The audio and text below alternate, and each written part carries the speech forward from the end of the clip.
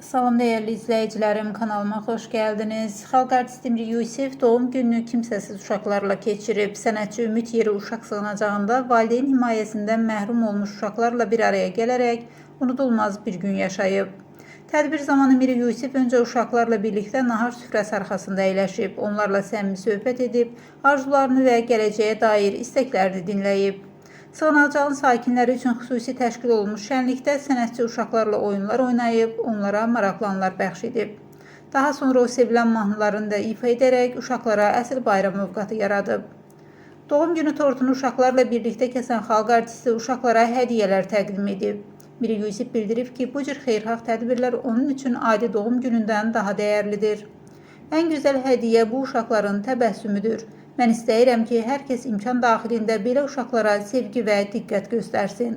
Onların da qayğıya, istiliyə və ümidə ehtiyacı var.